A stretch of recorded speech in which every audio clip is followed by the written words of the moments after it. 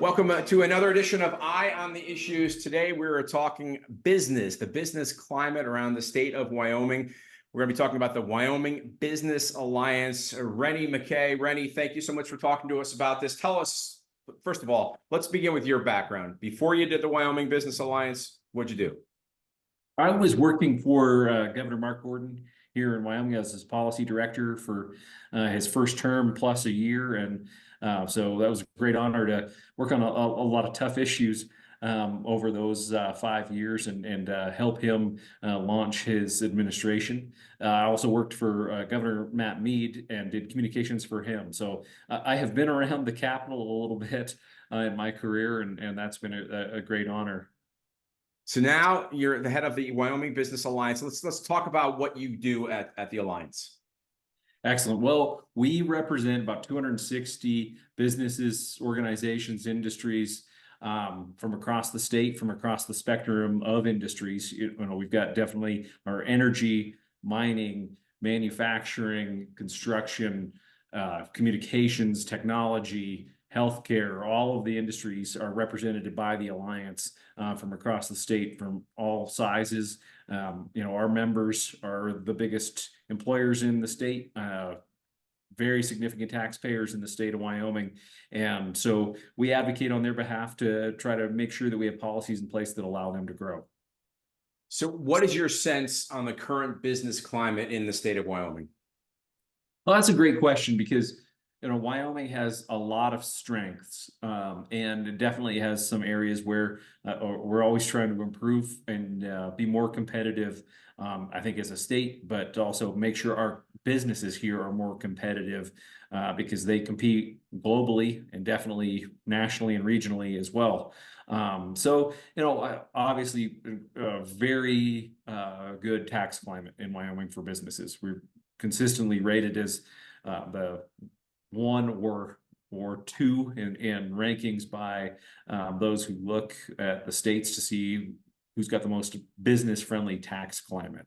And so that's a strength.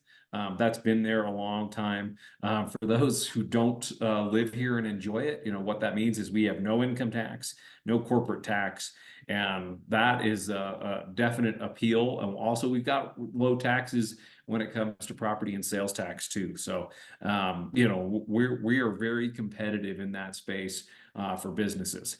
Where we definitely have room, where we're always focused, I think, as a state generally in the business community, is making sure that the other parts of doing business are friendly, and that climate is doesn't match our wind and cold, but we need to have low regulations. And there are some places where it's a little bit harder to do business in Wyoming than other states, and there's other places where I think we're very strong. So let's talk about what you can try to do to try to unwrap some of those regulations to make the business climate a little more user-friendly, if you will. Sure. Well, I think it's most of our Wyoming folks who are watching this will know this is a state that has a very significant federal footprint. So half of the land mass is federally managed, controlled, and then you also then have the subsurface. So that affects our oil, gas, and mining industries as well as others. And certainly when you talk about surface, you're talking about agriculture, and you're talking about all kinds of users for those federal lands. And that's a huge challenge for us, is just dealing with the federal government and the policies around how they manage those lands.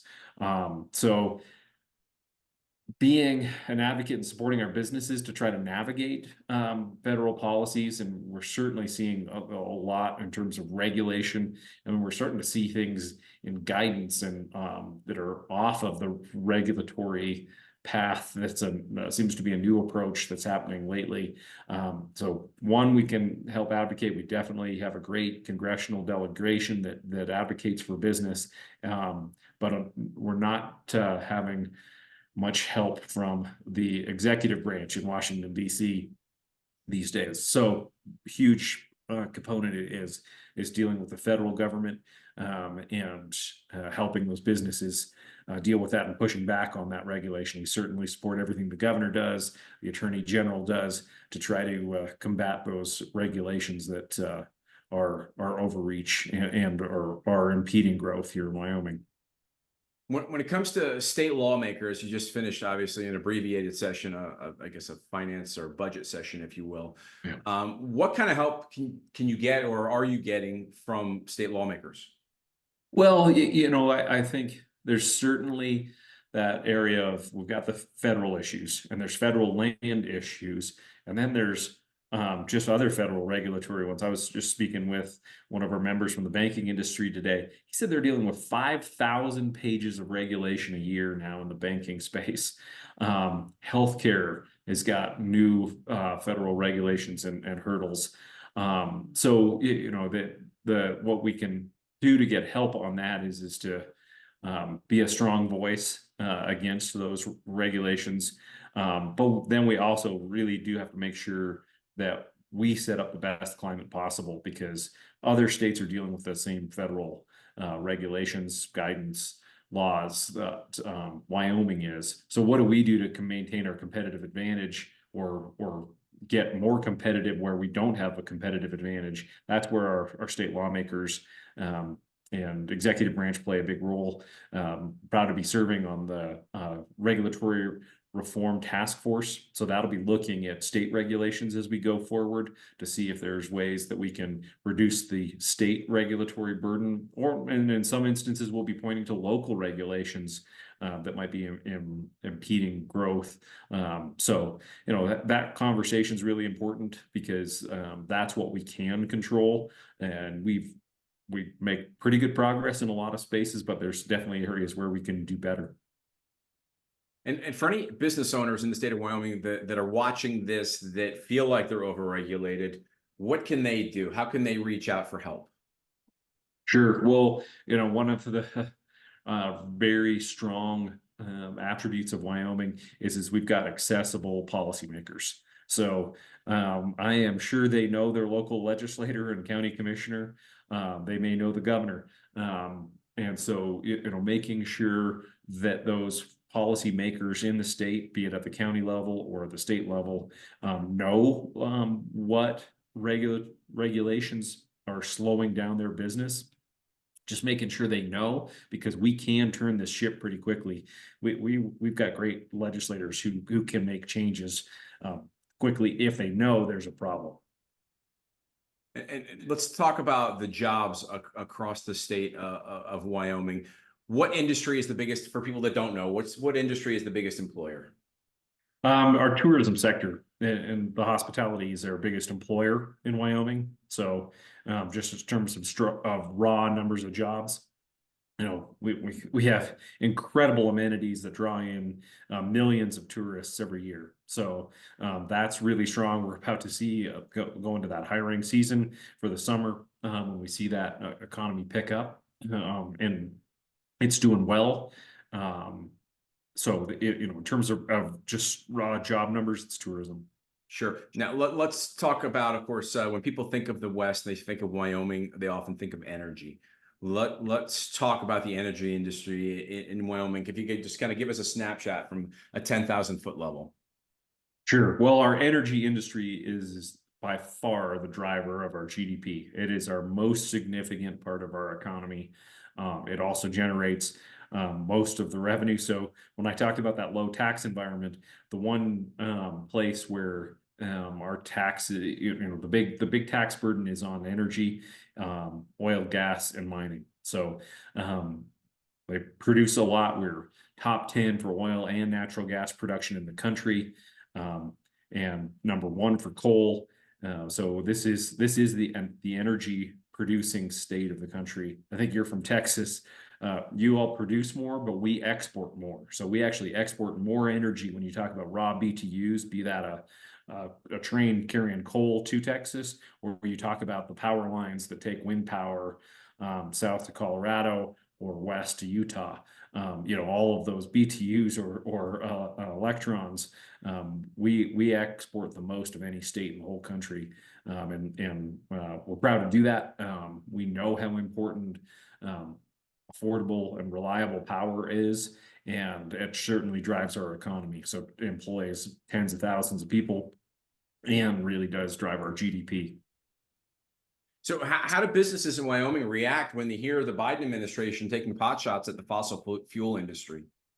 Yeah, it's infuriating to folks out here because while we talk about the energy industry, so many of the industries are ancillary to it, and we all benefit as citizens out here from that industry because they're our big taxpayer. So we get it, how important fossil fuels are, and we know that they are what make sure our cars go, our power stays on at night, our kids are safe. Electricity and fossil fuels are so important to us and have provided that bedrock of affordable and reliable power for decades and really fueled the American economy. So it is just infuriating to hear that because it's the other part of it is it's not an honest approach at looking at where we go from here. The power demand in this country is going to double to quadruple in the coming decades. So, a lot of people say it in Wyoming, we need more power. We're all of the above energy. We need more power. We don't need less of it. So let's not pick winners and losers. Let's see how we can produce all of it. And we can all do more. Everybody's committed to producing their power in a way that's better for citizens and better for the community and the environment. And let's talk about EVs and how the Mountain West might not be necessarily user-friendly to EVs. However, I've got to tell you, I just heard today Elon Musk talking about his new Tesla that has a mileage range of 320 per charge, which is pretty impressive because prior to that, I'd mostly seen around 200, maybe a little bit more than 200. 320 kind of changes the equation a little bit. But when you're in mountain and a wide open state like Wyoming, EVs are kind of tough to work with, wouldn't you say? Yeah, I mean, we really have a challenge to bring them here for most communities. So we got towns that are 100 miles apart, and so that's a pretty regular commute. And we'll run up from Cheyenne to Casper in a heartbeat for a meeting. I just did that last week. That's 181 miles each way. So, if you got time to charge your vehicle while you're up there for that meeting, okay. But, otherwise you're not getting home that night safely. You're stuck somewhere in the middle of nowhere. So, the mandates, I think, really just don't make sense to us in Wyoming because, let's let the markets choose where we go with this. And if companies like Tesla or other EV manufacturers find ways to do that, then great. And certainly what we need to see too is the EV infrastructure. It isn't here yet. And we have plenty of tourists who want to be able to drive their EV to Yellowstone National Park, and we've got to get that infrastructure in place for them. And so we've pushed back on the Biden administration as a state and the industry here to say, hey, you got to listen to us when we try to design a plan for how you want to spend taxpayer money on these EV charging stations. And hopefully we'll get some good feedback on that, and they'll come around and take the Wyoming plan. From a housing standpoint, and this is more, of course, residential than commercial. You're more probably a commercial guy, but with mortgage rates in a ballpark of around 7% right now, obviously many communities and cities around the country, people that have houses that have mortgage rates at 2% that locked them in a couple of years ago are sitting pretty as long as they don't have to move. But people that do have to move obviously have a challenge. What's the housing environment like in Wyoming? It's very tight. We've got a housing problem, and that actually is impacting our businesses right now. So we need to bring down some of our zoning regulation on builders and let developers find market-driven solutions, because right now the market is incentivizing. Well, the market isn't working here because of regulations really incentivize really high dollar housing. So we need starter homes. Seen some great stuff in some of our neighboring states too, but we need more starter homes because we have so many businesses that need people. They're trying to get people to move to Wyoming to work in energy and manufacturing, construction and tourism, shucks, and teachers and healthcare too. And right now the housing constraint is limiting that ability to hire. Okay, and I got to ask you this. I always finish up with this. What do you like most about living in the state of Wyoming?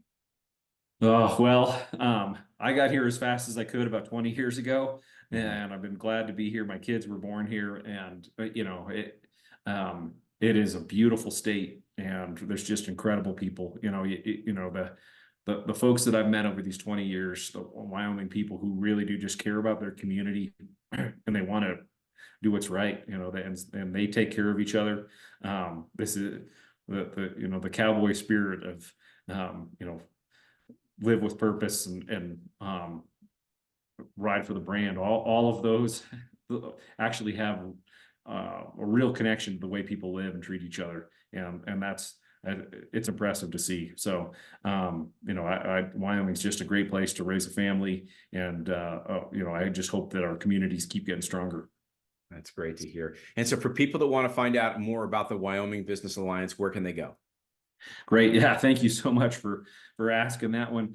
They can just jump on our website right now. And that's wyomingbusinessalliance.com. So please do, to learn more about what we do, the policies that we advocate for. And we hold the Governor's Business Forum every November. And we really look forward to hosting some great people getting together to talk about how we can make business in Wyoming better. Fantastic. Renny, thank you so much. And for people that want to learn more about what's happening around the state of Wyoming, go to wylibberty.org, sign up for our newsletter. Thanks again, Renny. Appreciate it. Thank you, Mike.